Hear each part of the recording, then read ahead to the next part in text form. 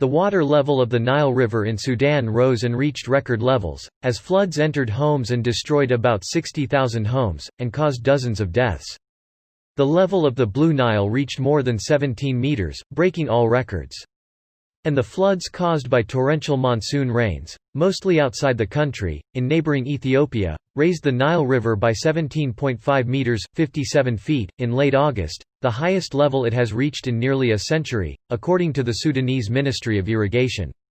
For the first time in history, the pyramids of Meroe were threatened by flooding. The rates of floods and rain exceeded the records set in 1946 and 1988. Some experts, such as International Rivers, expect climate change to cause periodic bouts of drought and flooding in the future. The Sudanese government led and coordinated the emergency response to the flood. The National Flood Mission Forces of the Humanitarian Aid Committee began, and the Prime Minister, Abdallah Hamdok, confirmed that, the levels of the Nile and its tributaries this year, according to the Ministry of Irrigation and Water Resources, have been unprecedented since 1912.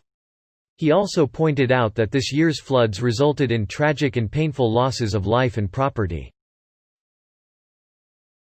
The Sudanese Security and Defense Council declared a state of emergency throughout the country for a period of 3 months, and decided to consider Sudan a natural disaster area, and to form a supreme committee to prevent and address the effects of torrents and floods, which killed about 100 people and flooded more than 100,000 homes since late July. The floodwaters may overrun and flood an ancient archaeological site in the country.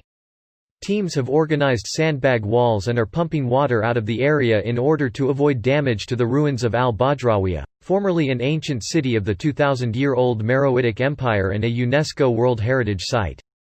Previous floods have never affected the site before. The floods have thus far affected more than 500,000 people and damaged more than 100,000 homes in at least 16 states across the country. This has left thousands of people homeless. Tents have been put up to accommodate the displaced in Sudan's capital, Khartoum.